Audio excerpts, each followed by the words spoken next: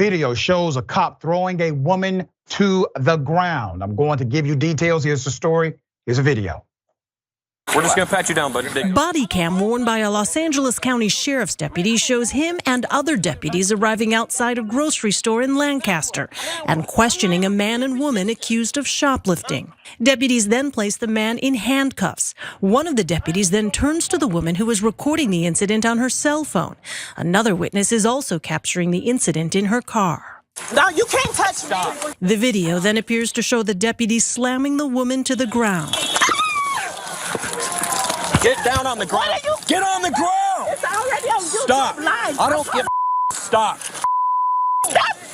Stop. You're gonna get punched in the face. The deputy's knee can be seen on the woman's neck. I can't breathe. The deputy then douses the woman with what appears to be pepper spray and then places her in handcuffs. After a brief struggle, the deputies then place the couple in separate police cruisers. We are still getting details about this story. I was tagged on social media all over the state of California and beyond. Let's go to it. The background is this. The encounter unfolded, according to the narrative, on June 24th, as deputies responded to a report of a robbery in the city of Lancaster and tried to detain a couple matching the description of suspects, according to them, given by store security in calls to 911. The Los Angeles County Sheriff's Department said, without releasing details about the descriptions, both the women and the man were cited and released, according to Deputy McClendon, though she was unable to say what the two were cited for. I can guarantee you this, they were not cited for robbing anybody. Because if they were robbers, that would have been the first thing in the police narrative.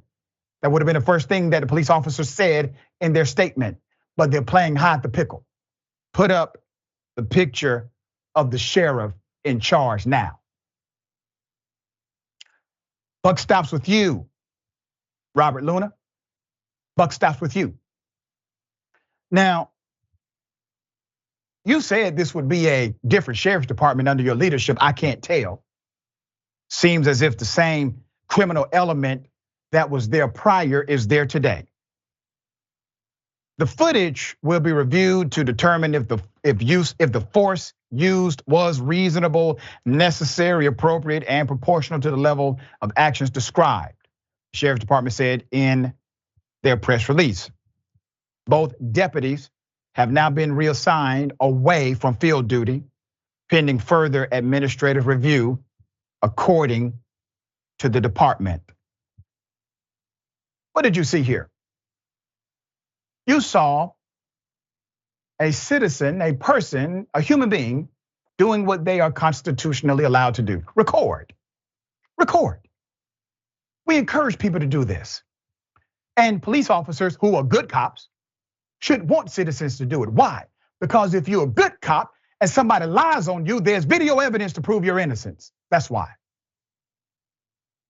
Only bad cops don't want video. Only bad cops get upset if you record them.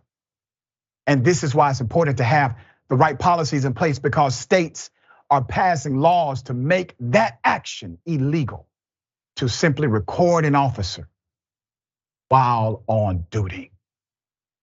They're paid by our tax dollars. It is utterly insane. We will bring you updates as they develop. Jackson, what are your thoughts here?